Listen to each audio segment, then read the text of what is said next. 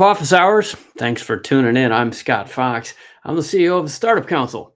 We're a worldwide community service group that's here to help you accelerate your startup. I've been building startups for decades now with varying luck, but on the whole, it's been a positive experience. So I'm here to share my expertise with all of you for free to try to help accelerate the rest of you. It's my thesis that the world is under resourced in the sense that there are so many people out there who deserve to take their own shot at entrepreneurship and take advantage of all the tools that are available now online to build your own businesses. Now, these can be small lifestyle type businesses, but they can also be major world spanning global empires based on software or AI these days. And we're here to talk about all of those, especially if you're interested in raising money for those kind of businesses and that kind of money that comes from venture capital. Venture capital, angel investors, maybe some debt or banks as well. Those are all areas that are my expertise. In fact, I'm working on a new book about that stuff. But we're here tonight to take your questions from all over the world, and we'll be here for an hour or so, and we'll see how many people show up and how many of you have good questions. So this is a friendly, safe space to ask the questions that is really hard to get answered sometimes. And I do this for free because I want to help everybody do this. And that's actually what we do at startupcouncil.org as well. Startupcouncil.org is a community service group that I started 2018 here in Southern California, where I live. And we help support and connect all the resources in our local area. And we offer services like a directory of entrepreneurs, a directory of investors, a map of where everybody lives and works, a jobs board, a calendar of all the events, that kind of stuff. And now we're expanding that globally at startupcouncil.org right here. So if you haven't been over there yet, then go check it out. It's startupcouncil.org. And it's, like I said, it's a community service. We do charge a little bit, but we just do it at cost because I found we used to give it away for free locally. And we just found that people valued it more if they've paid a little bit. And I think it's only $20 right now, right? We're just in a pre-launch phase. So if you haven't been over there yet, go check it out. And if you're a startup, we'd be happy to link you into the community and connect you with resources. A lot of my friends, experts, fellow investors, we're all there and trying to accelerate everybody to make the world a bigger, better, more profitable place that also makes a difference in people's lives. So thanks for those of you who are joining. I'm going to turn on the chat room here in just a second. I'd love to hear where folks are from. We've got a couple people backstage already. It looks like we've got, let's see, Ken is back there. And we'll have him come on. He had a question. I think Ken wrote in. He's one of the smart ones who follows directions. Thank you, Ken. And he has an investor pitch he wants to share with us. So if you have an investor pitch or a question, like I said, then we'll be happy to hear it and happy to help you as much as I can. So we're going to get going here in general. So let's turn on the chat and people can start. Let's see. How do I get that? There we go. So here comes the chat. And comments will show up there. So we're live on LinkedIn Live, we're live on YouTube, and we're live on Facebook. So it looks like so far we've got a couple people from YouTube and from LinkedIn and another LinkedIn. Great. Okay. So it sounds like things are working. Can you guys hear me? Just in the chat room, just say yes or something or say no if it's a no. Appreciate your feedback there. Just make sure everything's working correctly.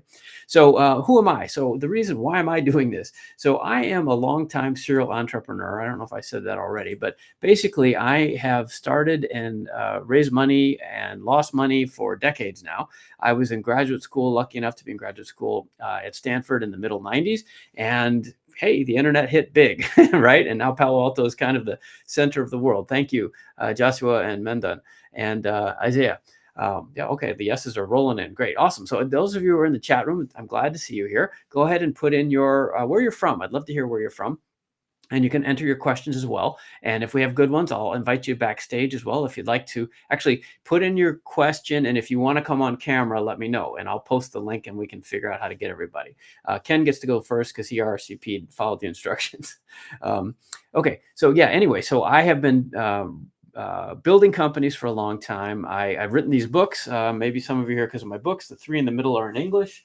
The others are foreign translations. So Vietnamese and Russian and Polish and Turkish and so forth. And I'm working on a new one as well, which is about fundraising. So that should be helpful to all of you. And I hope you'll support that when it comes out next year. But mostly what I do this is I've retired a couple times, and I just find that the early stages are so exciting, and the expertise I have can really help people, right? So that's why we're trying to scale this with startupcouncil.org and with these office hours on YouTube. So if you have friends who are out there and who could use this kind of help, actually, please invite them to come join us too, right? This is free and it's fun, and we'll have people on camera here, and we'll talk about stuff, and we'll solve some big issues, okay? So that you can get what's between your ears out into the world, and to hopefully make some money and make a difference. So, okay, so a couple quick qualifiers. This is not qualified legal advice or financial advice that you should rely on. I'm just some guy you met on the internet, and I'm doing my best to help, but no liability accepted and no warranties implied, etc. You should consult your own experts to get more in depth, right? Where this is just kind of a friendly, casual conversation. Also, this is being recorded and will be shared worldwide. It's already, obviously, those of you who are here, I see we got Bangalore and Ireland and Los Angeles and Vancouver and the Philippines, right? So obviously it's online, right? So don't say anything stupid. Don't put too much confidential information in the chat room, but welcome your questions, and happy to share what I can to help all of you. All right. So we're going to get going here. Reminder that you should visit startupcouncil.org. Oh, I forgot. This is actually a special occasion. I don't know how much you folks know, but this is actually Global Entrepreneurship Week. Global Entrepreneurship Week is a worldwide occasion that's sponsored by my friends at the Global Entrepreneurship Network, which is a fantastic organization, and there are chapters in 200 some countries around the world. So if you haven't met the Global Entrepreneurship Network people in your country yet, you should. We have an amazing organization, and we have these great global entrepreneurship congresses. I spoke at the one in Melbourne a couple years ago. This year was in Indianapolis. They often have events in Cape Town, like they move around, Riyadh and Manila, so forth. So this is a fantastic organization, and it's a nonprofit, and we really encourage all of you to get involved. And let me just share with you, actually, I think this will work. I've never done a screen share on this system, so let's see if I can share this screen. You all know what a screen looks like, but let's see. There we go. So that's their website, and I put the URL on the page. It's genglobal.org, genglobal.org. That's Global Entrepreneurship Network Global.org /GEW, Global Entrepreneurship Week. And the reason I'm showing you that is because there are tons and tons of events happening. I don't think you can see that when I scroll down. Yeah, you can. Okay. So look at that. 10 million people, 40,000 events, 200 countries, and we're happening right now. So this is part of that, right? We're doing this for Global Entrepreneurship Week. I do this anyway, but we're calling today a GEW event. And whatever country you're in, there's probably stuff happening that you can participate in. So look at this leaderboard here on the right. Thousands of events from Ethiopia and Jordan, the Philippines, Bangladesh, UK, Paraguay, Pakistan, Botswana, Senegal. I mean, there's countries on there I've never even heard of, right? And this is a great event. So if you have not yet heard of Global Entrepreneurship Week, then you should go and check this out. It's a resource for all of you that I think would be a positive influence in your life. It's a great group of people. And you saw their logo there, and I'm even I put it on. Yeah, see? This is my pin from Melbourne, or no, this is I was in Detroit with Jonathan Ortmans, the chairman of the founder, president of Global Entrepreneurship Network. It's just a great bunch of people that just 100% dedicated to helping you all succeed. So, okay, so check that out. Oh, then, sorry, that was the thing. They're actually giving away free tickets to the next Global Entrepreneurship Congress if you go over and join on the website. And it's free. You just got to set up a little profile, and it can help you promote your company, right? So why not do it? And if you do, you'll get free tickets to the next Congress. I don't know when and where that is yet, but it'll be soon, and it'll be in some cool city somewhere. And it'll be like 3 or 4 days of amazing speakers. And like we had Mark Cuban last time, and me, and a whole bunch of other people, Jeff Hoffman. Okay. So enough commercials. You get the idea. All right, so let's get to our content tonight, which is really designed to help all of you accelerate your startups. So we've got a couple people backstage. So we're going to start with our friend Ken, like I said, and Bobby. I don't know, there's someone named Bobby backstage, so you'd have to turn on your camera, Bobby. But if you could also, there's a separate chat room for the folks backstage. Bobby, can you please enter what you want to talk about back there in the chat room so I can figure out where to put you in the flow of the show. Next, I want to give you all the, let's put up the link. I'll just make this easy this time. This should be the link. Yeah, you're not going to be able to type that, though. That's an ugly ass link. What's the best way to do that? I'm not sure quite how to, I think we have actually, we used to have, hang on. I think I made a simple link for that because it's so, hold on. I think it's founderofficehours.com. There we go. Okay, try this, guys. Founderofficehours.com. And I think that will redirect right to the on-camera backstage link. All right, so if you'd like to join us, you can do that. And we'll try to bring your questions on, even if we can't figure out how that works, okay? So let's, let me just review the chat room here, make sure nothing's on fire. And say hello to some folks. So we've got people from all over the world. Thanks for joining. So Mendan and Joshua and Harish from SoftServe Hub. Excellent. He put his LinkedIn profile in there. That was a good idea, Harish. Go ahead, everybody. Put your LinkedIns and meet with each other. I don't have all the answers.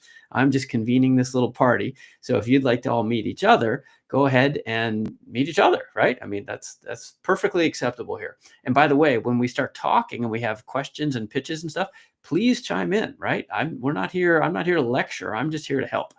Okay, Mitch, first-time co-founder. Mitch, I think I met you recently, right? At SoCal Startup Day. And then you guys can hear me. Awesome. Krutika's from India. Joshua's from Germany.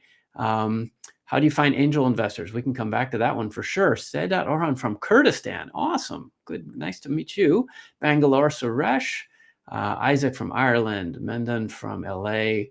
Vancouver, Riverside, Philippines. All right, I better go a little faster here. Okay, and I put the link back in the chat there for Crazy Startup Guy if you want to. Oh, no, I thought you said you wanted to pitch. Never mind. Okay, and then Kumar is founder of Doorbox. Excellent. Seeking investment. Okay, good. All right, well, good. So we got a good crowd here, and we're going to bring this to life here by bringing on my new friend, Ken. And Ken wanted to talk about, he wanted to practice his pitch. So let's make sure that that is the right Ken. I think there's probably only one Ken showing up here from Brisbane, but let's see now. How do I, hang on, Ken, I see you, but need to rearrange the screen a little bit. Every time I do this, they've rearranged the interface. So let's see. Okay. Oh yeah, please like and subscribe. That would be awesome. So that we get more support so we can do more of this. We're supported by sponsors mostly. So the more you guys share this, the more we can tell the sponsors that people are listening. So like and subscribe and comment, please. And in fact, if you are watching this later in the replay on YouTube or LinkedIn or something, and you have a question, go ahead and put it in the comments and we will try to follow up and answer you there also. All right. Oh, there's Ken. I see. I just saw him. How do I get you next to me? Let's see. Hey. Oh, there we go. Okay. Hey, Ken. Hi, Scott. Hi, how are you, Scott? All right. You've been here before. Yes, right? I did. Yeah. Yes. Okay. Yeah. Nice to see you again. Can I try it again? Yeah. Okay. Awesome. Yeah. So good day. It's morning in Australia, right? It's afternoon, 3 p.m. Oh, 3 p.m. Okay. All right. Cool. That's better. perfect time. Can I share my screen? I don't usually do that because when I just did it now is the first time I've ever done it. We just do verbal pitches here. I'm sorry. Can you just talk through it? I'm always afraid it's going to crash the system and then we'll lose everybody, right? So, can we just do a verbal? And so Ken has done this before, but let me give everybody the vibe here. The vibe is friendly and helpful. So I'll be friendly and you all be helpful. I'll try to be helpful too. But Ken will give us a 2-minute pitch, verbal only, as you just heard. And I will have some feedback, but I really request all of you to offer feedback too, right? He's being brave and pitching this. In fact, this is his second time. He's back for more. So I guess we were nice to him. But if the rest of you have suggestions about how we could improve the pitch, we'd love to hear them, right? And you can put those right in the chat room, and that would be really helpful. And like I said, if anyone else wants to join us backstage, you can do that. I'll put the link. It's founderofficehours.com. That should work, I think. Okay, Ken, so we do this for 2 minutes or so, and you don't have to use all 2 minutes, but if you would like, that's what we're going to try to do, just like last time. So I'm pulling up my phone. I'm going to put on a little timer here, and looks like you want to talk about your global education and mobility AI startup. Very cool. Okay, so I'm ready when you are. Perfect. Thank you, Scott, again for giving me the chance. So this is Ken. I'm currently in Australia. Many years ago, I worked for NVIDIA, and Jensen Huang was my boss. So in a recent interview, Jensen mentioned that NVIDIA is a platform enabling others to build the success on top of it. And this is exactly what I'm building. So IME is an AI-powered global education and migration and mobility platform.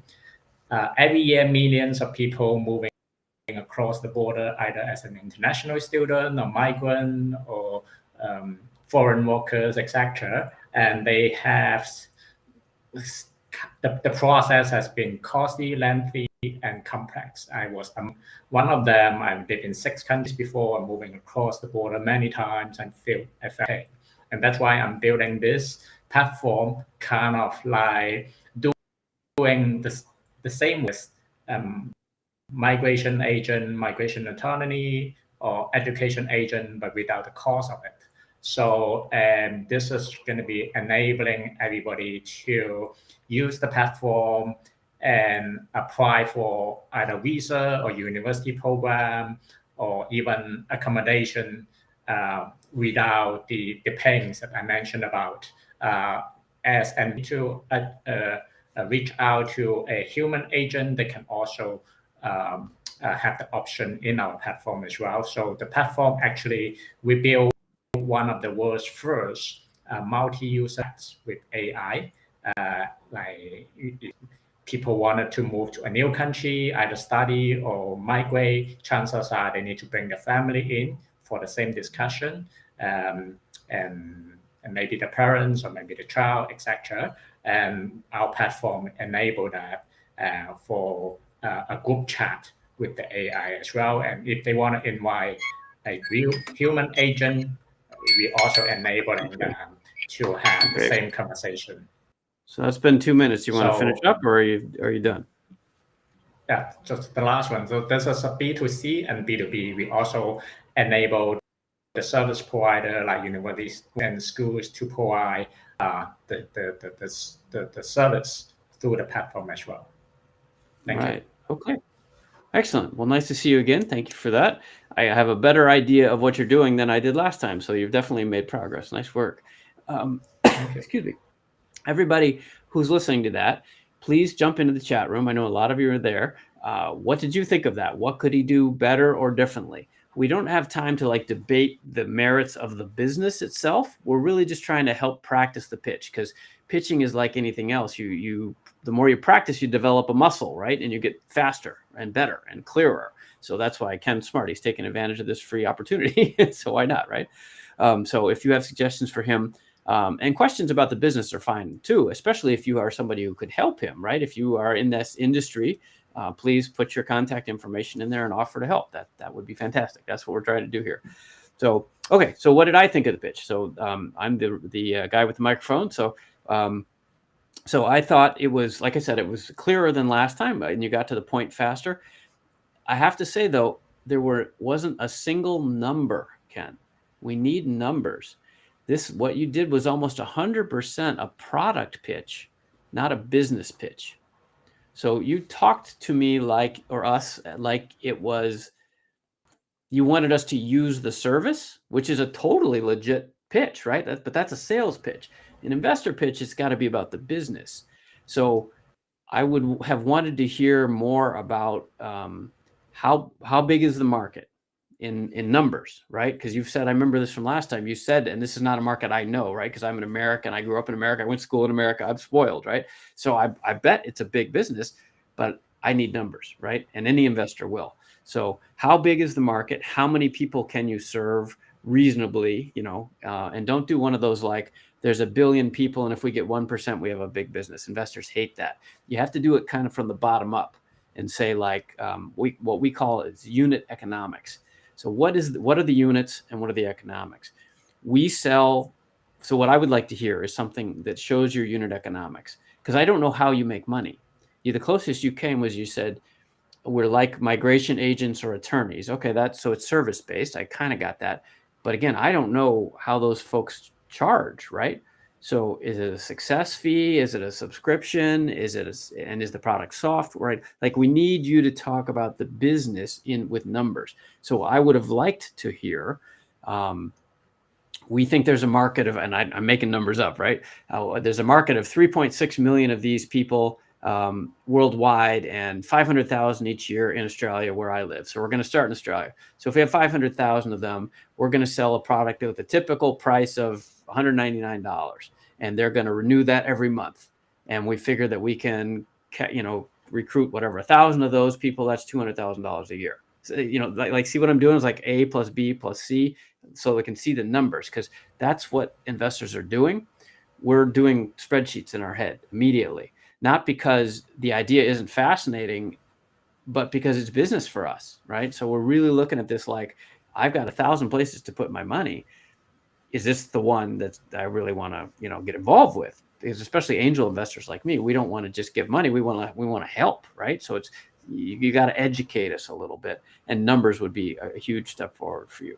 And then just another super, super small question or suggestion. The name of the company, AI Me, it's hard to hear, and I can see it in writing because you had written it to me. I wasn't sure what you were saying. It's just a lot, and you probably don't want to change the name of your company, but it's a lot easier if you have a name that people can understand easily, like Amazon, Yahoo, like a word that people know, rather than initials that are an acronym that probably stands for something amazing, but I don't know quite what you were saying, right? It's just not as memorable. So that's a small point. But if you're early stage and you come up with a brand that's more memorable, I think that will help you. So does that seem fair, those points? Is that useful? Yeah, perfect. Okay, great. Well, let's see what I just didn't have enough time to talk about the numbers. I think I should. Exactly right. No, and we hear that a lot. I actually hosted. Pretty sure. Sorry, I have to get a drink of water. I'm going to cough in all of everybody's ear. Sure. Sorry. I hosted a conference just 2 weeks ago where, sorry. Okay. Throat malfunction. Anyway, sorry about that.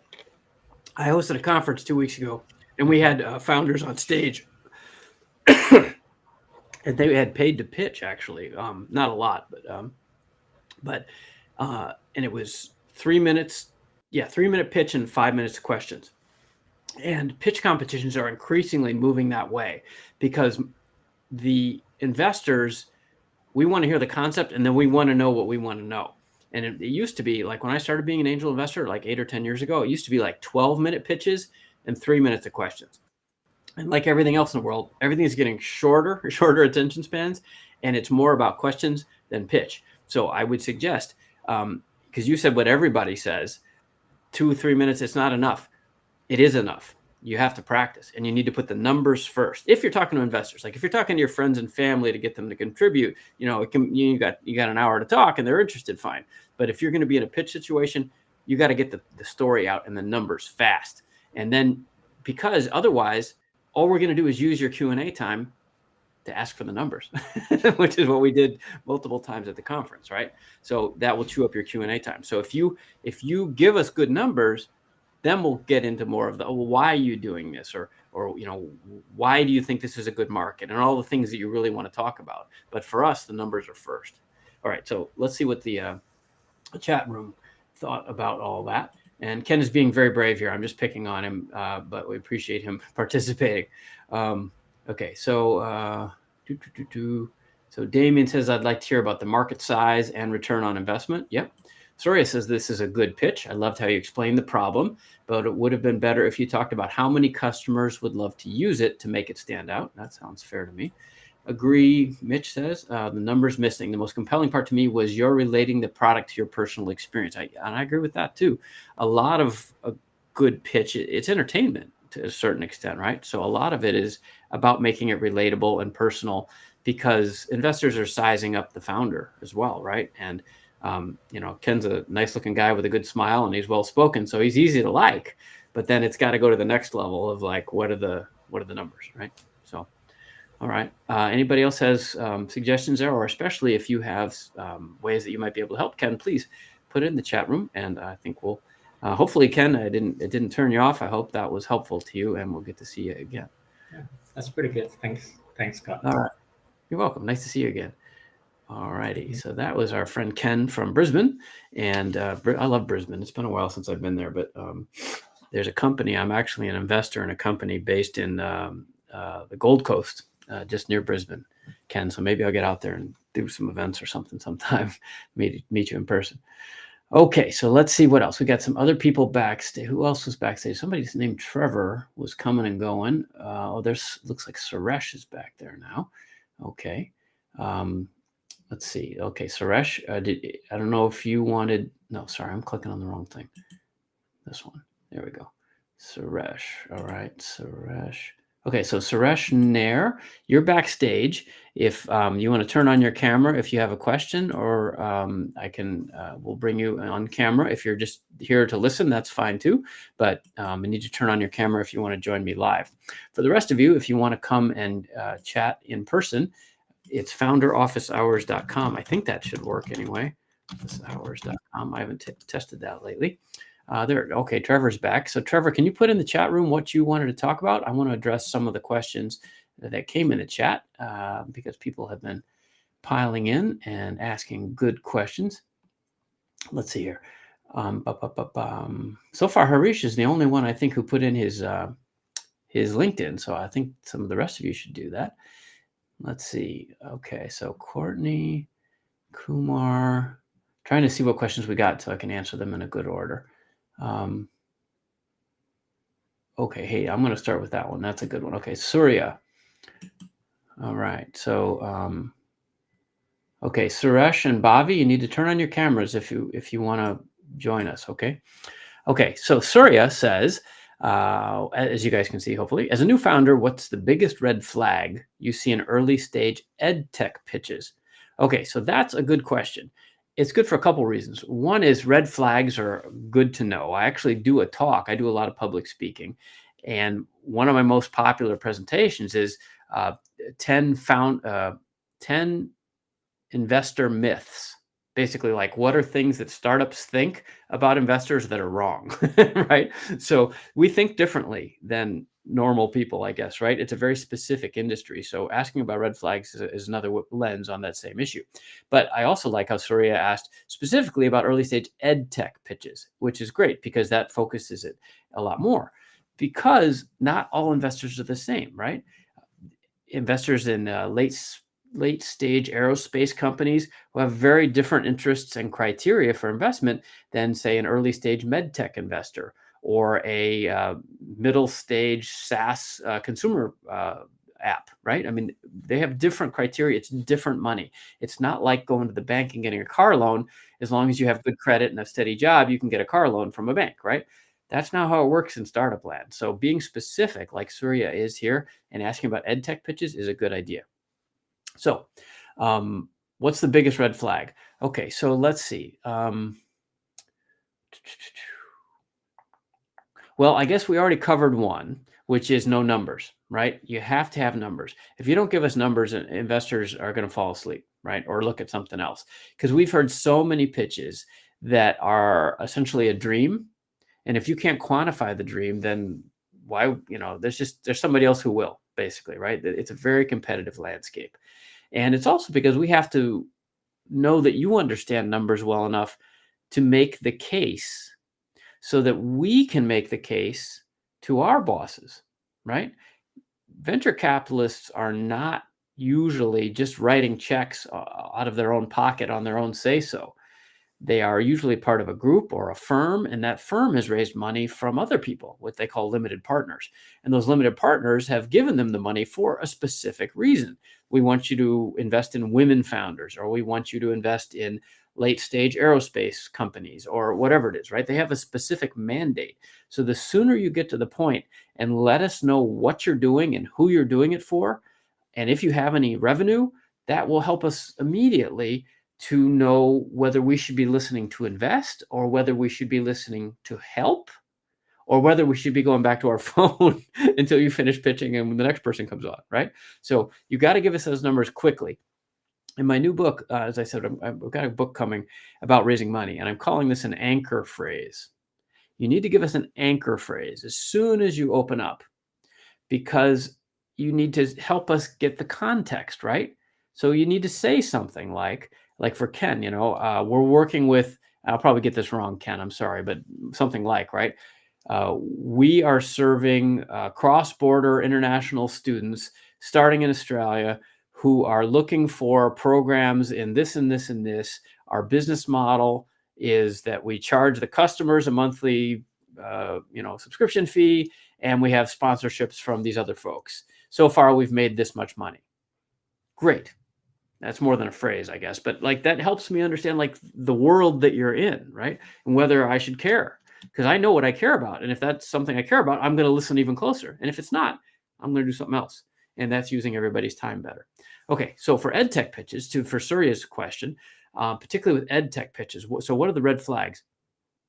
The biggest red flags I see in EdTech, and it's a common one, so I'm glad you asked, Surya, is there are just so many of them, and most of them don't really do the research as to how many other people are doing similar things or have tried similar things and already died.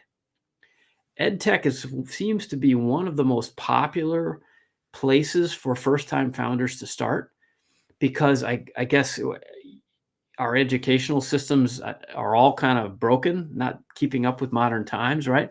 And there are so many kids with different learning modalities and needs, there's different ways to address education, right? And then there's public education and private education and corporate education and training, right? Lots of kinds of ed tech stuff. It's such a big world that there have been so many companies, and most of them have failed, right? I mean, I don't know how long the rest of you have been at this, but it was probably 15 years ago. There were MOOCs, multi online courses, something, or like Udemy and Coursera and big companies, but none of that really has reached the promise that it could have. And I don't know, sorry, if you're talking about really big globe spanning educational tech, or you're talking about like just something more narrow, like I know a company that's teaching Hindi to American kids, American born Indian children, right? And so they have a very specific niche. All that stuff has been done so many times. So please go look, so that when you walk in and pitch investors, you are able to have a good answer when we say, what about this company? What about that company? What about this company? Because most of us have been burned in ed tech. It's a difficult sector. So you really need to do your education homework.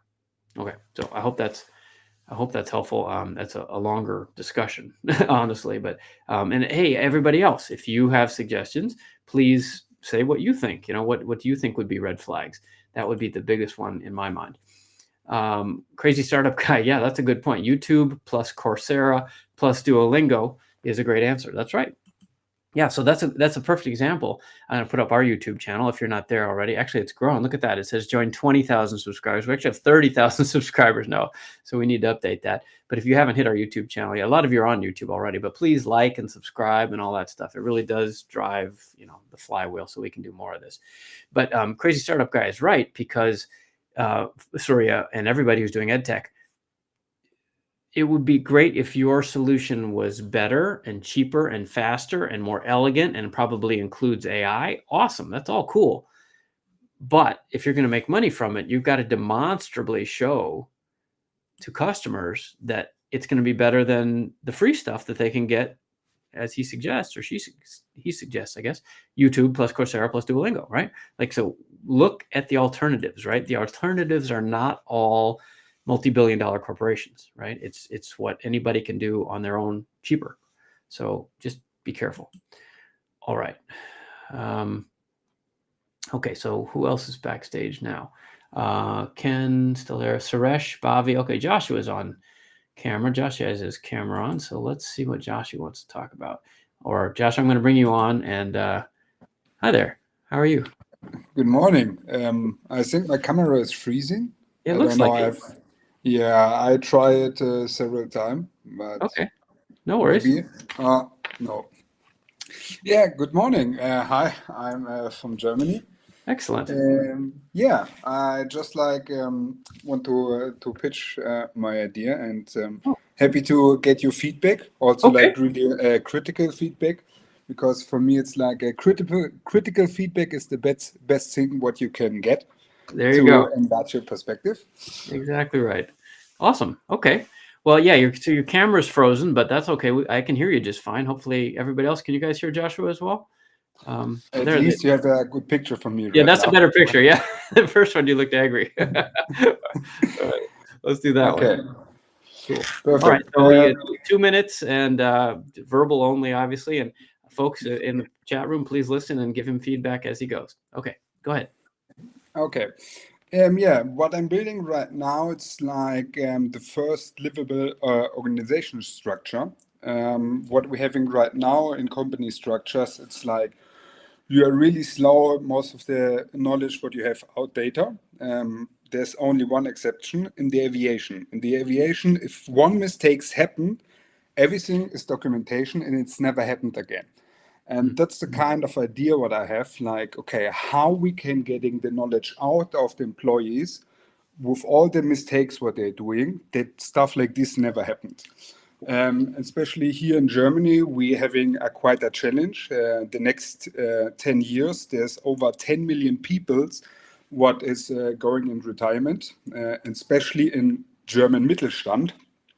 German Mittelstand have over 2 billion euros what they're generating, and there's like a lot of really valuable knowledge, but no way for documentation.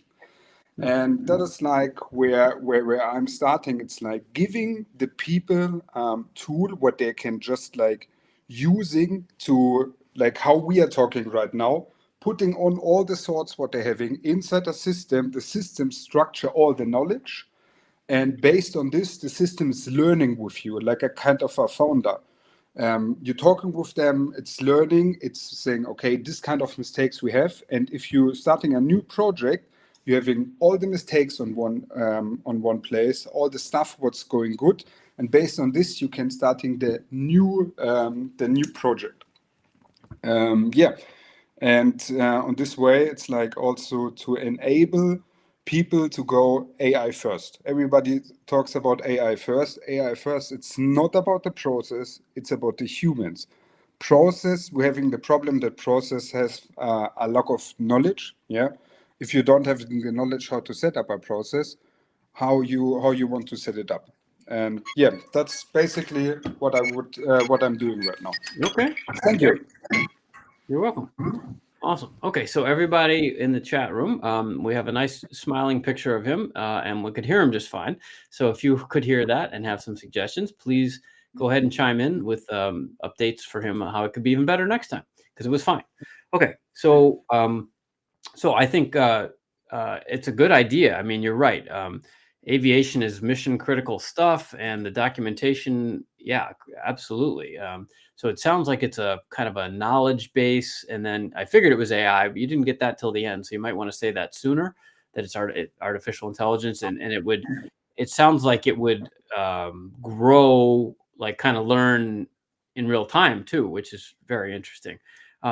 So I guess pieces I would want to know, you're pretty early, right? So you don't have numbers yet, probably, but you did throw out a couple about those.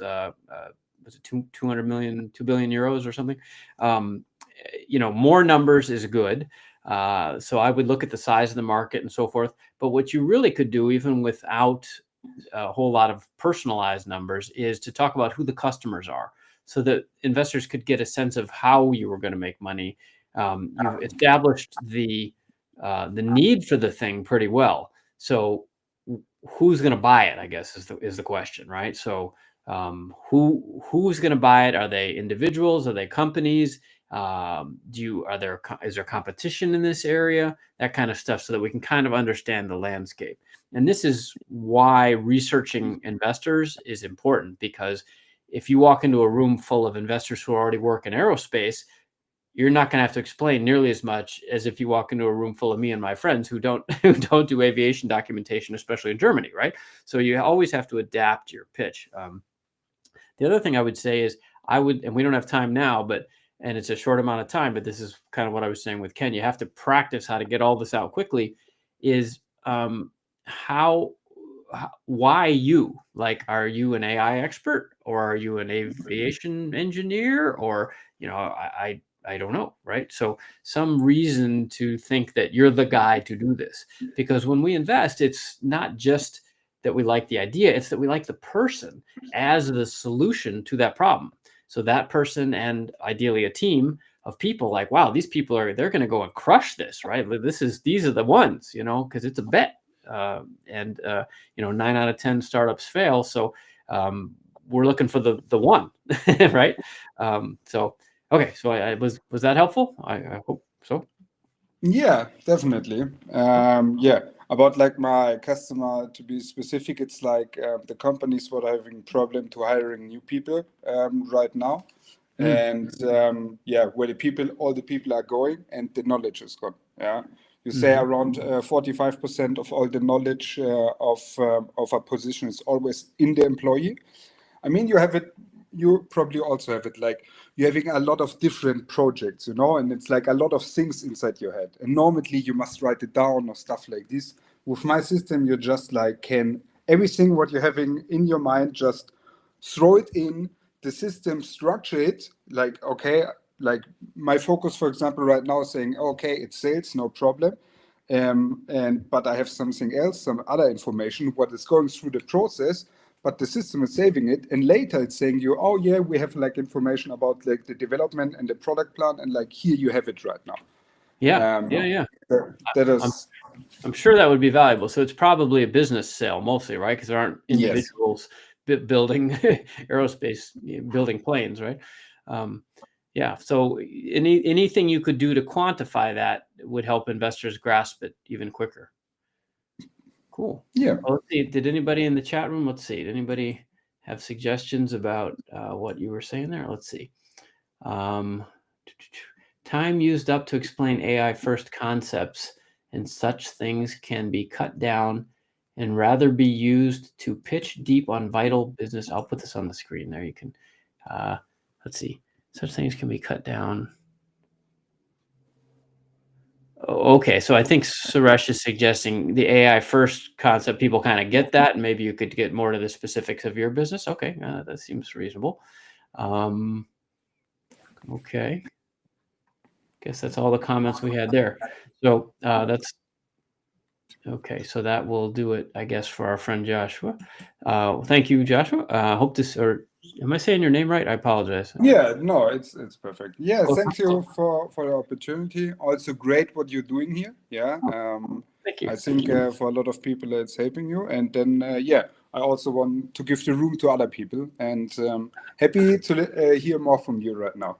Excellent. All right. Well, nice to meet you, and we'll see who else we can bring on camera here. Suresh or Bhavi, if you want to join us, that would be fine. Or in the meantime, I'll take some more questions from the chat room. And let's see here. That's me. You know that.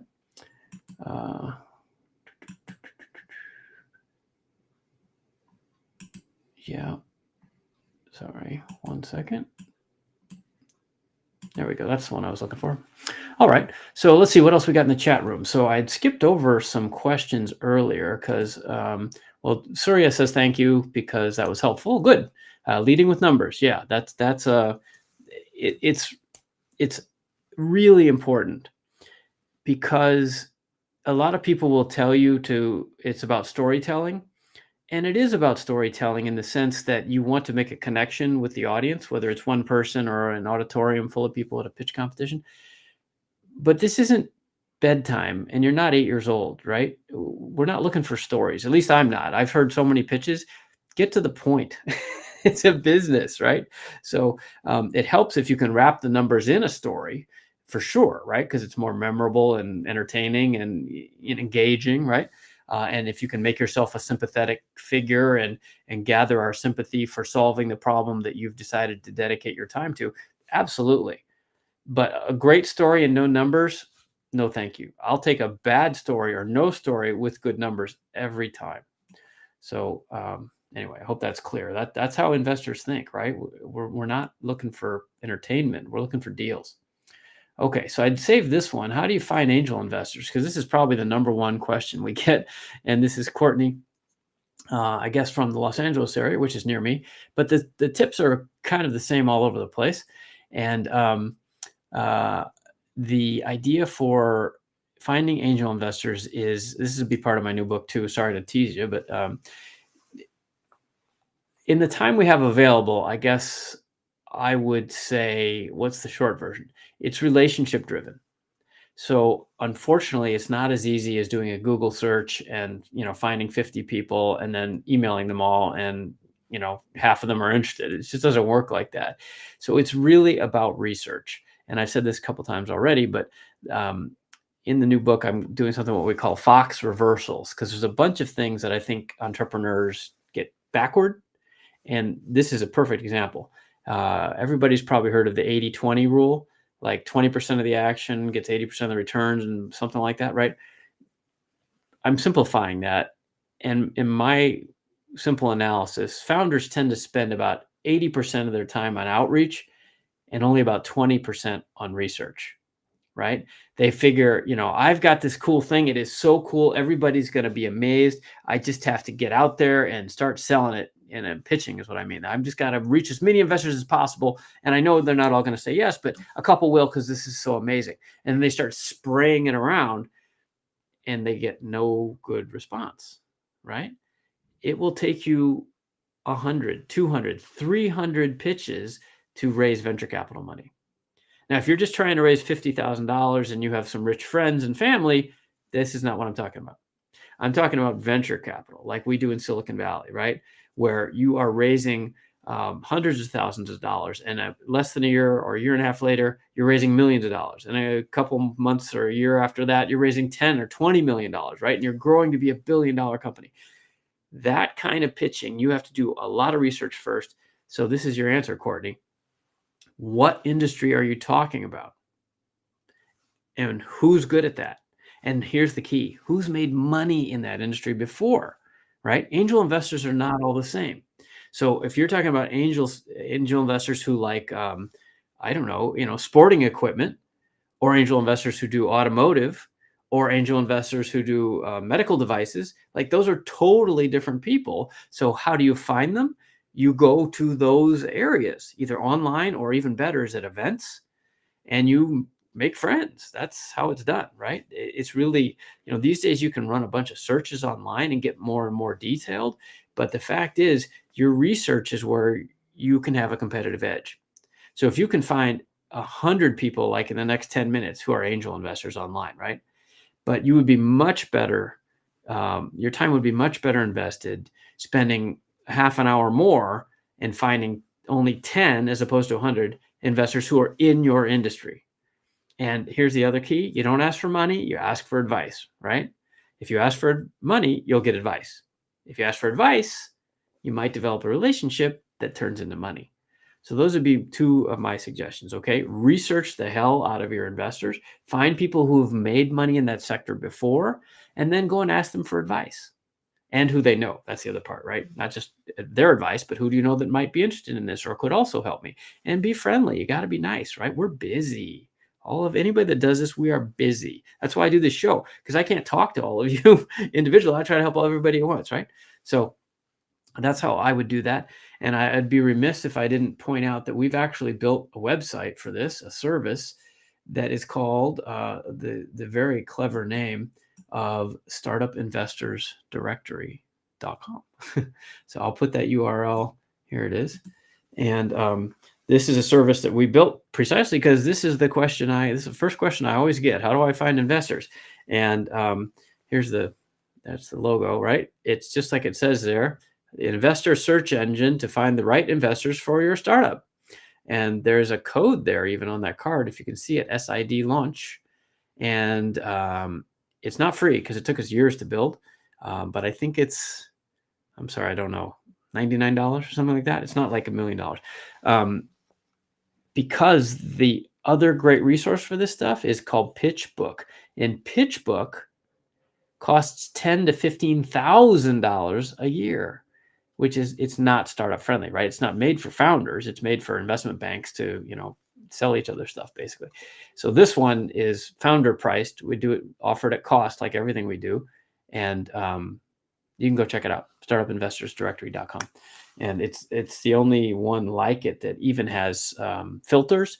So you can look on some personal characteristics, because a lot of the research about investors is not just what sector are they in, but sometimes they have personal relationships that you can build on, right? So you can search on our website, on startupinvestorsdirectory.com, you can search by investors who are interested, for example, in female founders or Black founders or immigrant founders or veterans or LGBTQ founders or first-time founders or rural founders, right? And find people that vibe with where you're coming from.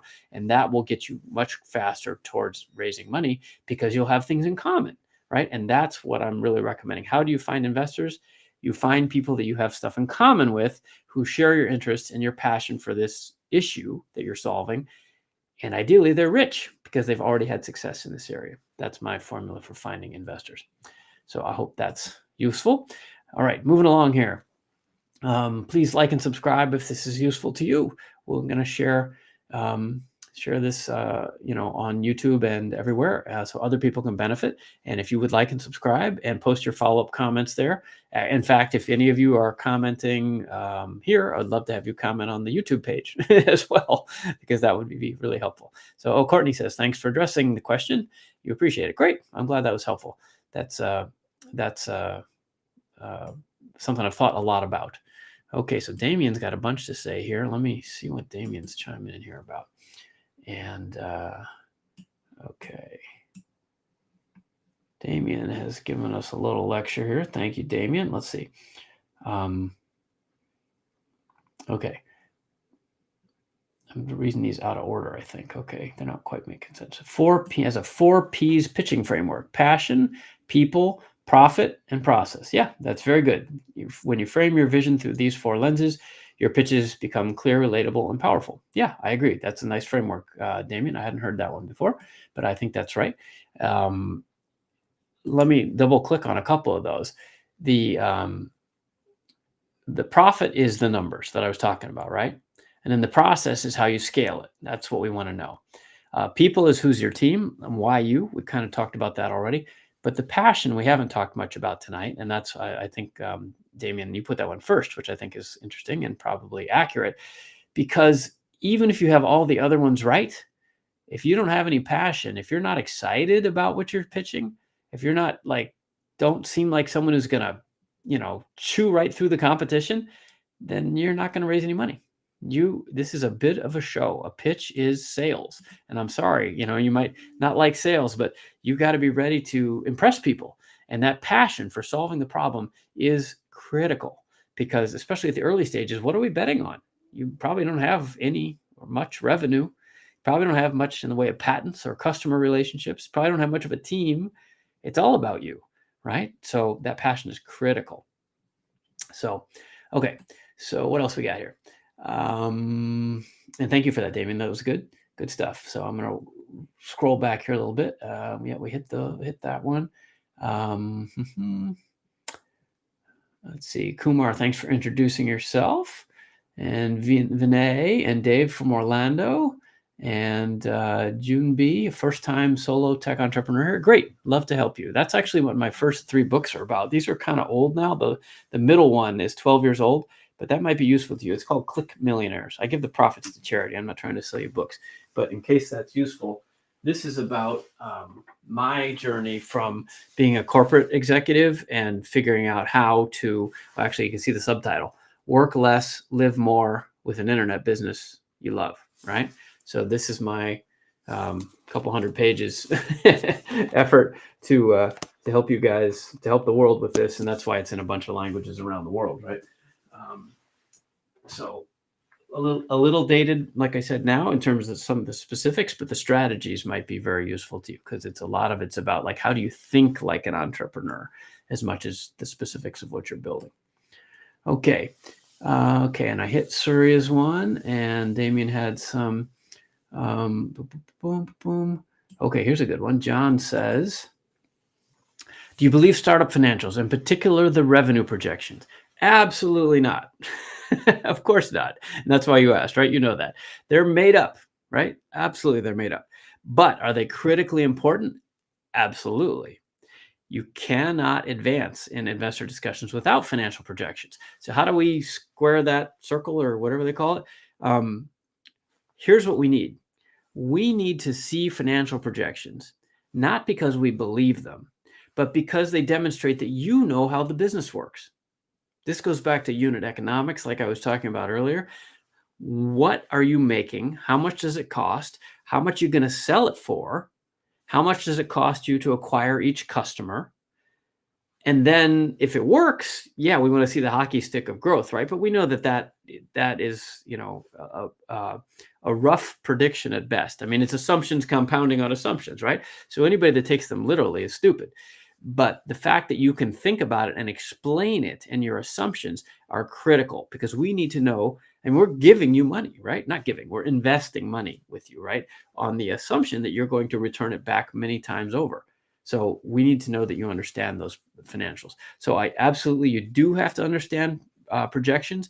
I remember my first company, I was very frustrated with that, because I didn't like doing the projections. It's all made up. Everybody knows it's nonsense, right? But now that I'm on the other side, it's really kind of a test, to be frank, John. It's really just kind of a test. We need to know that you know, that you're paying attention to the metrics and the things that we know are important, but you need to tell us that you can do it, and that how it applies in your specific industry. Hopefully that makes sense. Good question. Thanks for that. Okay. So then we did this. Okay. Crazy Startup Guy says he's looking for a technical co-founder for an ed tech platform. Okay, well, we had some ed tech questions here, so hopefully you guys can connect. Go ahead and put your LinkedIns in there. You're all welcome to connect with me on LinkedIn, by the way. I'm very active there, and happy to connect. Please do. I get a lot of requests every day, so please put a quick note and say, I saw you at Startup Office Hours or something, just so I know that you're not a bot, and I'd be happy to connect. And the LinkedIn platform is a really useful place. Any of you who are not active there, especially if you're founders, you need to be. I meet founders all the time. I don't know what they're thinking, but they're like, their profile is out of date, or they only have 87 connections or something. Like, LinkedIn is the Facebook for business. You need to be active on LinkedIn. Your stuff should be updated. You should have a decent photo. You should have a real logo for your company, et cetera, et cetera. Like, make it easy for people to find you and tag you, so that we can invite you in and have you participate. Another quick point about co-founders is that actually at startupcouncil.org, we have classified ads that are for co-founders. So I haven't found a good solution. Somebody in here actually asked, how do you find co-founders? It's really hard. It's really hard, because you have to line up. So the alignment on so many levels is critical, right? Your timing, the amount of resources you have, the amount of time you have, your interest in the subject matter, your expertise has to be complementary. It's very complex dating process. And I haven't seen any services that really do it well. Y Combinator used to have a co-founder matching service that was pretty good, but it seems to have died. And I haven't looked real hard. If any of you have suggestions, please put them in the chat room. I'd be curious, because this is another question I get a lot. But we actually put on startupcouncil.org, if you come and join, you can post an ad for co-founders, right? And say, whatever, I'm an ed tech startup and I'm looking for this and this and this. And I can't guarantee anything, but if get the word out and maybe somebody can find you, right? So that's why we build it. It's really a publicity platform for you guys to help you connect with each other more easily. All right. So what else we got? All right. Yeah. Yep. Okay. Crazy startup guy. Wow, he has over 20 WhatsApp groups. Okay, good for you, crazy startup guy. Happy to hear that. There's lots of ways to connect these days, and certainly could build an audience on WhatsApp. That makes a lot of sense. Congrats. Joshua says, amazing. See you already. Oh, me. I've been on YouTube a long time. Yeah, I've been doing shows like this on and off since 16 years. Oh, at least. Yeah, at least. Yep. Okay. This is Suresh says highly confidence building for new entrepreneurs. Oh, good. That's the idea. You nailed it, Suresh. That's exactly what I'm trying to do. I don't think that there is a deficit of talent. I don't think there's a deficit of ability. I'm going to write this down. I like the way this is coming. I'm going to put this in the book. A deficit of talent, ability. What there is a lack of connections, right? And to resources. And it's not even a lack of capital, right? People think it's about the money. It's not really about the money. I know it's easy for me to say I have some money, right? But the capital will show up. If you are building a real business and you're growing and especially if you get profitable, investors will come to you, right? It's the same like in the music business. Like you have your band and you want to play this big stadium. Well, have a couple hit records and then, the concert promoters will come to you. You don't need to chase the concert promoters because they're not going to book you until you already have a couple hit songs, right? It's the same with venture capital. If you just put your head down and build those connections, build the relationships, then the confidence will come from your own success. And that's like catnip for investors. That's why I do this. I want to increase your confidence and have you worry less about the capital. Like just get out there and kick some ass. Leverage. Yeah. Okay. That's what crazy startup guy says. Yes. Leverage. How do you know when to scale? Ashley says, this is a good question. Scaling should be, you scale whenever you can. The problem is if you scale too early, then you will lose money with every sale and you'll put yourself out of business, right? So there's a lot of books, blogs, and YouTube, stuff about product market fit. And the PMF framework essentially boils down to you want to try things until you find a formula that means you can sell stuff for more than it costs you and people want more of it. And there's a lot of variations, right? You might do loss leaders for a while and try to make it up later. Okay, whatever. But from a simplistic point of view, product market fit and when you want to scale is when adding money will turn the flywheel even faster. You don't want to add a bunch of money, like raise money before you're ready to scale, because then you'll just spend it on overhead and travel and, stuff, right? Hiring more people that you don't need. Like you want to figure out what your machine is. It's like you're building an airplane, right? You don't put jet fuel into the airplane until the plane is built, right? Once you know you can fly, then call us, right? Call us investors and we'll give you the jet fuel or the rocket fuel so that your rocket can take off. But if you try to take off using jet fuel and you only have an old wooden biplane, you're going to crash. So there's a bunch of mixed metaphors there, but hopefully that's helpful, right? Look for when you're having repeatable sales and ideally even when people are coming to you. It doesn't mean that everything has to be perfect. That's not what I'm saying. It can be broken. It can be ugly.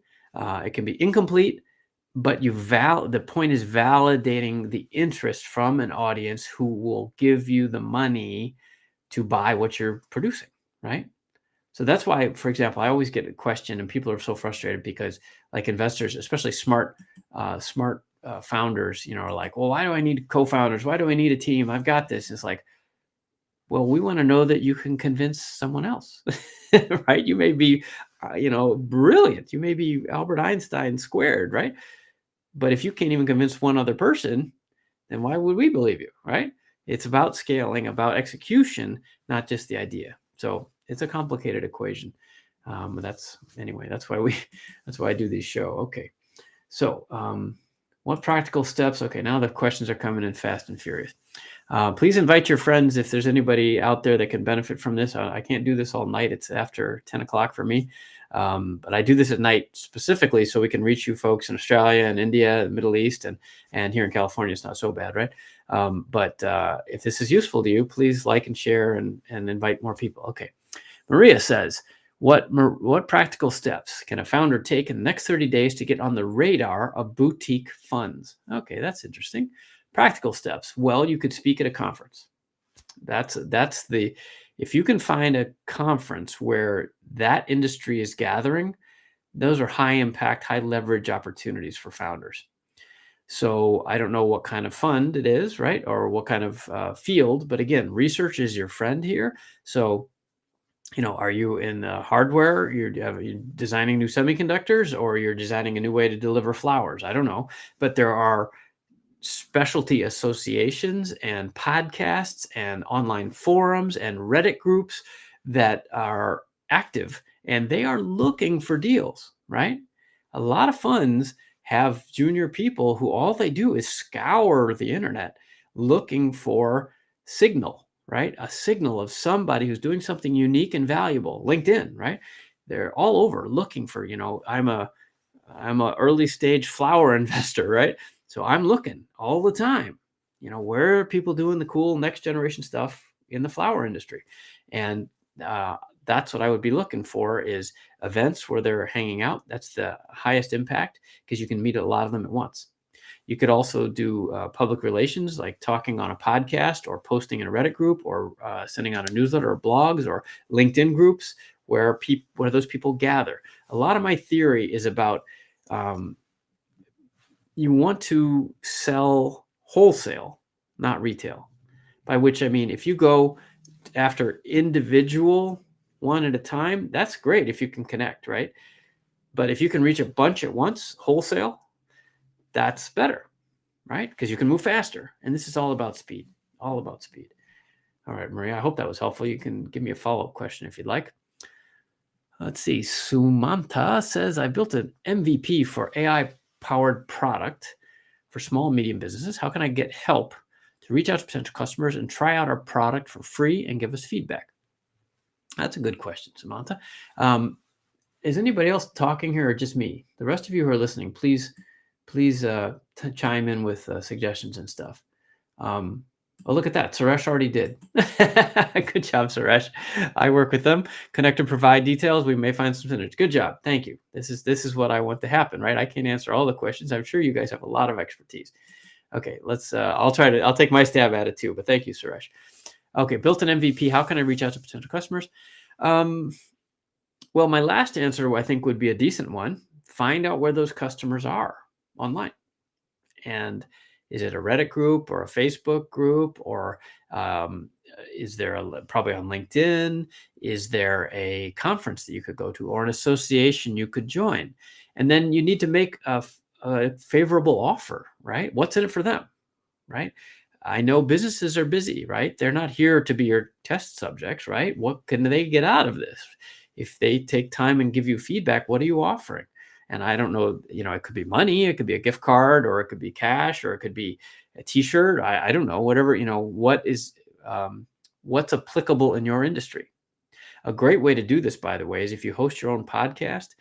Back when I was writing my second book, this one, eRiches 2.0, that was a marketing book about how to use social media back when social media was new, 2009 or so.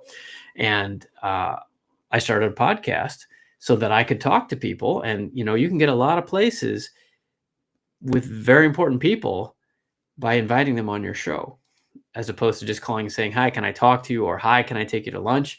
But if you say, hi, I have an interview opportunity for you, you can get a lot farther faster. So work backwards, right? What do they want? What can you offer them? Even if it's just, a gift, I don't know. What do you have that you can offer to make it worth their while?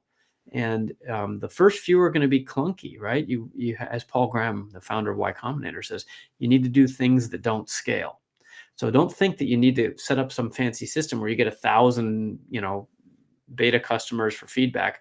The first few can be manual, and you can, go to their office, make it easy for them, right? Bring them coffee or whatever, the currency is in your industry, and honestly try to make friends. Because if you can convert 3 or 5 early stage customers beyond feedback to actually be paying customers and then into evangelists or ambassadors for your program and your products and your services, that's really what you're after, because those people will help you sell to investors too. All right. I hope that was helpful. All right. Okay. I think we're going to be wrapping up here, but let's see. There's another couple questions. For startups led by students, how much traction do you expect before you consider investing? Well, that's different in every case, right? And it also depends on how much you want, how much you're looking for. So, if you're looking for, I don't know, $500, that's a different conversation than 50,000 or 500,000, right? So, how much traction? I think that's very circumstantial. I'm not trying to dodge the questions. As you can see, I try to answer questions as candidly as I can, but more is better is, I guess, the only answer I could give you. But let me expand on traction for you a minute. Traction usually means revenue. So if you have profits and revenue and all that, awesome, right? And growth, that's great. Of course, right? But if you have that, you can probably go to a bank and get a loan, and then you don't need to sell your equity. And that's what I would recommend. Venture capital is only for a certain kind of business, right? So if you can get, if you have revenue traction already, it's going to be easier to get attention for sure. And maybe even just debt as opposed to equity. So I'm presuming you're not talking about that. You're talking about earlier stage where you're still just trying to figure this out. So traction, ideally revenue, yes. Even profits, yes. But if you don't have that, what do you do? So again, this is a big section of my new book. Like, how do you represent traction even if you're not there yet? This goes back to our earlier discussion. Numbers, any kind of numbers, right? So we have an email list of 500 people, or when we post things on Instagram, we get 1,000 likes or comments. Like anything that shows other people care. That's what I'm after. That's the initial version of traction. Right? Samantha, put your LinkedIn in the chat. That's the easiest way to do that. You all can connect with each other that way, or put your email. I don't care, whatever you want. Go ahead. But anything that shows the critical for students or any early stage entrepreneur, I kind of mentioned this earlier. You need to show us that you're not just a dreamer, that you're a doer, A, and then B, that someone else cares. Someone, ideally a customer, not your mom, right? A customer cares, right? So traction can be anything. And ideally you can show a ramp of increasing traction, right? So whatever we had, we had 0 followers on LinkedIn last month. Now we have 100. And in 3 weeks, we have 1,000. And in 3 weeks later, we've got 10,000, right? Or, anything that shows kind of growth from people that aren't you and your family and your friends. That's what you need to show. So can it be sales? Awesome. That's the best. But can it be followers? Can it be clicks on a pay-per-click ad? Sure. Right. Can it be signups to your email list because people are interested in the free ebook you're giving away on this subject, which relates to the problem you're solving? Sure. Can it be, I spoke at a conference and, 25 people came up and scanned our QR code and, XYZ, right? I mean, any of that is traction.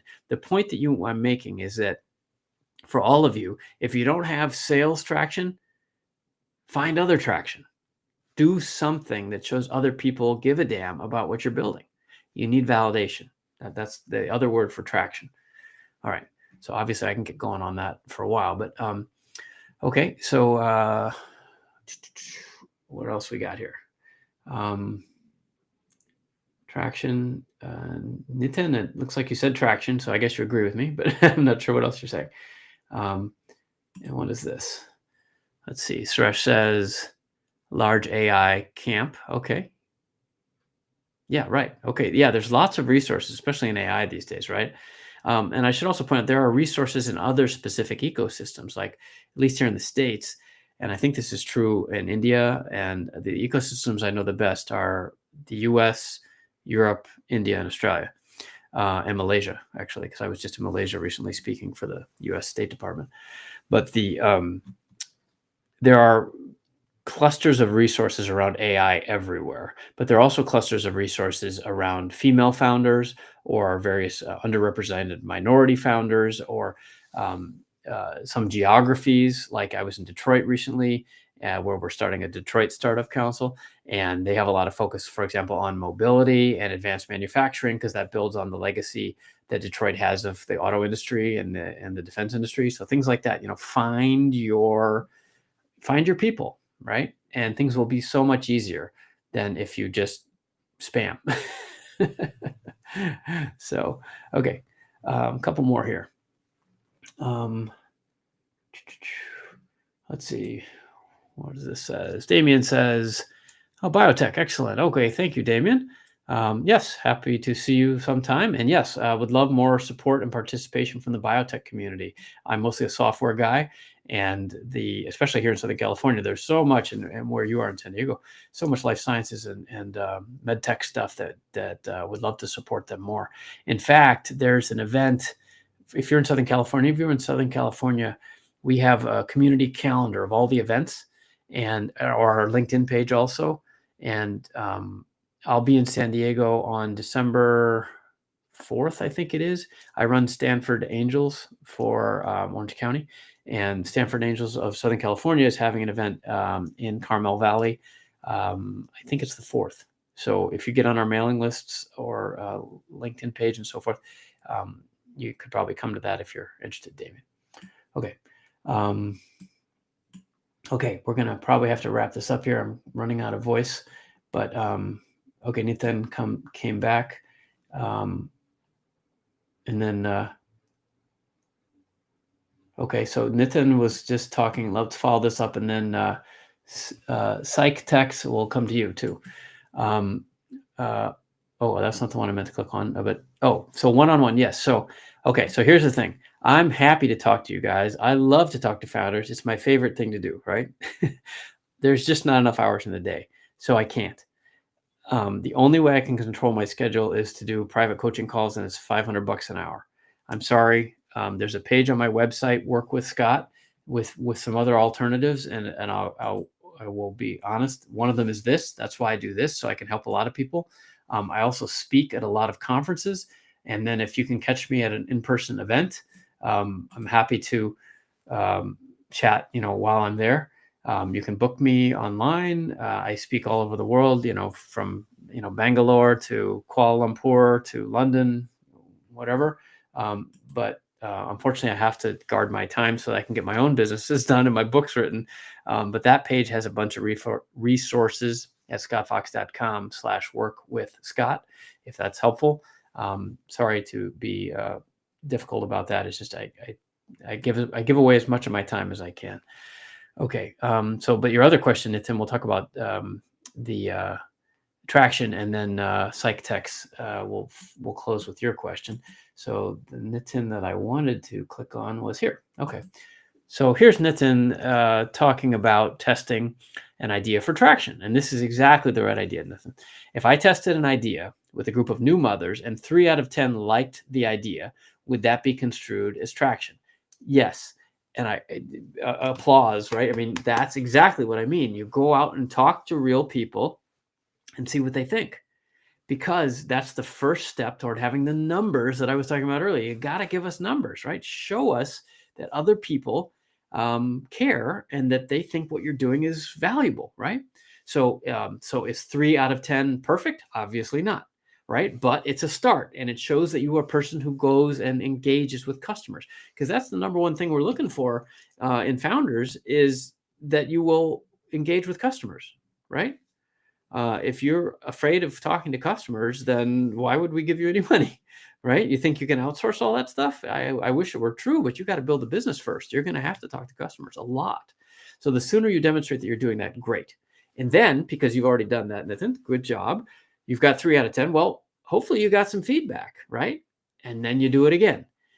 And then you do it again, right? And then you can show a pattern to investors, and that is traction, right? We consistently reach out So we had a 3 out of 10, and then we talked to 10 more, and we got 5 out of 10. Then we made some more improvements. We got 6 out of 10. And then we made some more improvements. Oh, it slid back.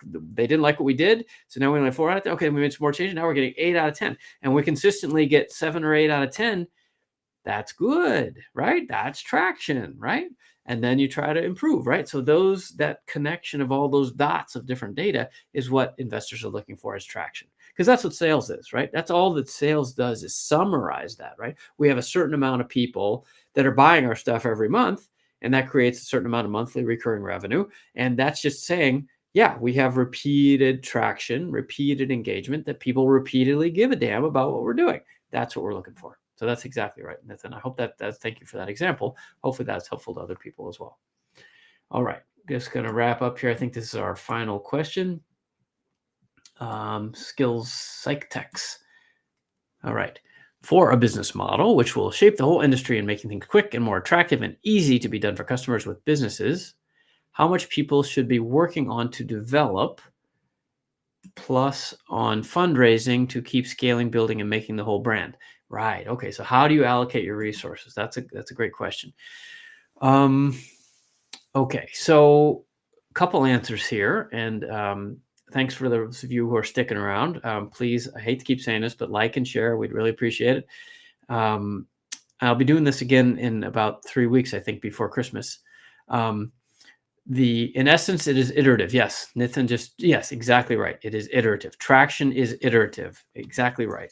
For those of you who don't know what iterative means, it means just repeated. I think that is exactly what it is. You need to show that you are doing things and improving. That is traction. Yes, absolutely. Demonstrating improvement. Yep. Cool. Okay, so sorry, back to psych techs. So the business model shaping the whole industry, making things quick and more attractive and easy. So I'm gonna answer your question, but I want to pick on that a little bit first. Be careful.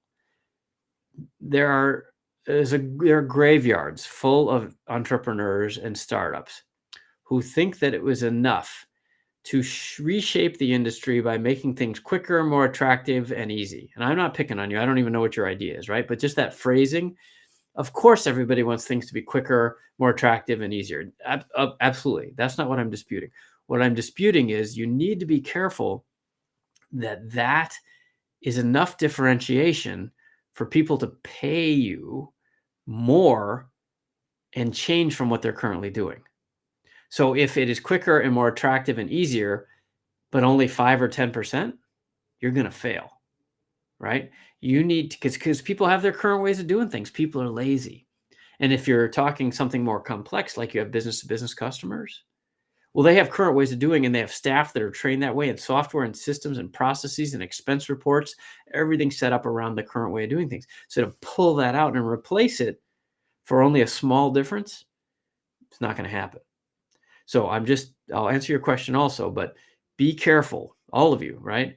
You need to make sure that whatever you're proposing isn't just cool and faster and it looks better, but that it actually makes a fundamental difference in their bottom line, right? What's the return on investment if those people go and rip out what they're doing currently, which may be free, by the way.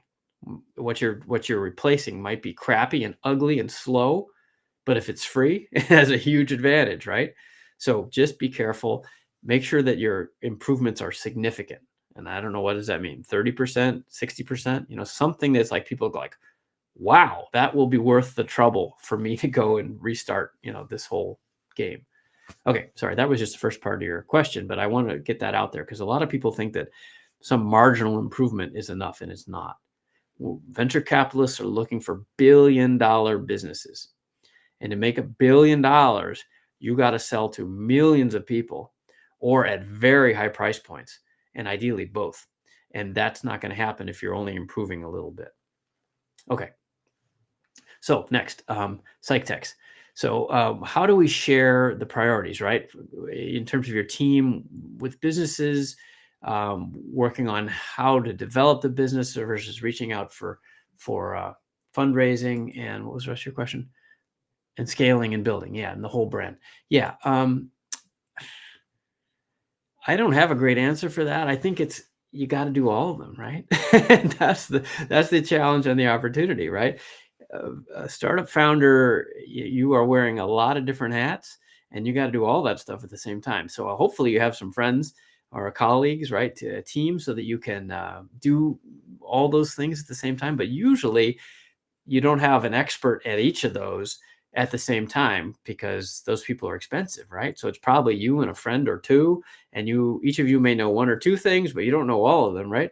So I don't have a great answer, but I think I would suggest it's kind of what Nitin said a minute ago about iteration. I think of building a startup, it would be nice to have it be logical, right? And say, first we're going to build the product, and then we're going to sell stuff, and then we're going to raise money, and then we're going to do the branding, and then we'll hire a bunch of people, or that's a bad example, but that is some kind of logical steps. It's not. It's iterative. It's, okay, we're going to do a little product development. Then we're going to talk to some customers. Okay, now we better go build some relationships with some investors. Okay, and then we better go back. We better revisit the product because the investors didn't like that. Neither did the customers. Okay, so we got to do some more product development. Now we're going to do branding. Oh, we got to change the name of the company. Okay, so now we're going to rebrand everything. Okay, so we're going to redesign the website. Okay, now we better talk to some more customers. Oops, they don't like that, so we got to do this. Okay, now we're going to talk to those investors again so they don't forget we exist, and we're going to demonstrate whatever traction we've had, right? So it's all these little incremental sticks, but you got to be kind of ADD to do this, and that's a long way of saying I don't have a good answer for you. You got to figure it out, and ideally, that's another reason that investors prefer people to have teams and co-founders, because for one person to keep all that straight is really hard. So I would wish for you that you could have a team so that you can do that. So you get a day off occasionally, and you can switch back and forth a little more easily. All right, so I think we're about done here, and what else? I think that is about it. Oh gosh, there are a couple more here. Hold on. Iterative. What is this one? This is follow-up from PsychTex. How do I keep it smooth, non-nervous when I speak? Oh, public speaking. Sure. Well, thank you. I guess you're suggesting that I'm smooth. Yeah. I guess it's practice. Even in high school, I was doing broadcasting, and I did speech contests, and I talk a lot, as you can probably tell. I was on the radio for years. I had radio shows, and I do a lot of public speaking on stages all over the world. It really is just practice. I guess I would recommend two things. One is Toastmasters. Toastmasters is a worldwide organization, as far as I know. At least they're all across the United States. Toastmasters, and they practice giving toasts and speeches, and they tend to be free groups, and they meet for breakfast, and everybody goes around and talks for a minute, and you just practice, right? If you don't have the ability to take classes at school or something. So Toastmasters International, I think that's their name. Yes, they must be international. The other is to work on your diction. So a lot of people mumble when they're talking, and it's just hard to understand them, and because they don't move their lips. Practice speaking clearly every day. I do. I honestly do. I have things that I say out loud, and I practice. Like when I'm in the car, I'm driving, I talk to myself like this, and I make myself exercise my mouth so that when I speak, it's clear. Because I used to do broadcasting, right? So you want to be very clear, and that takes practice, because these are muscles, right? Just like if you want to be a big, muscly guy, you got to do a lot of weightlifting, right? You work these muscles too. So thank you for the implied compliment. But yeah, I've spent years at this, so I hope that's helpful. All right, so I think that's about it for tonight. I appreciate you all being here. I hope it was useful. Please like and share and tell your friends. If you haven't yet, go over to the Startup Council. You should go look at it, because we have newsletters. We have 7, or I think there's more than that now, maybe 10 newsletters. Well, that's a different one. That's our events calendar, actually. You could look at that as well, startupevents.org. That wasn't the one I was looking for, though. This one? No, that's not it either. Okay, well, anyway, you probably saw it. It's actually right here, isn't it? Startupcouncil.org. You can go over there and subscribe. There's all kinds of free resources there, and if you're smart, you'll plop down $20 and join, because we're just getting it started. It's going to be a major global resource for all of you, and happy to have your support and participation, because I can't do this all by myself. It's a team effort, right? So great to see you all. Thank you for being here tonight, and I hope that you all have a great well, it's evening for me, morning or afternoon for the rest of you. And then we'll see you again next month. It will be December. It's the Tuesday. I think it's the 16th. All right. So if you're watching this later, on December 16th, you can come see us again, and you can leave your comments and follow-up questions as comments on YouTube or LinkedIn. I'll be happy to see you. Go find me on LinkedIn. Happy to say hello. Thanks for being here. Have a great evening.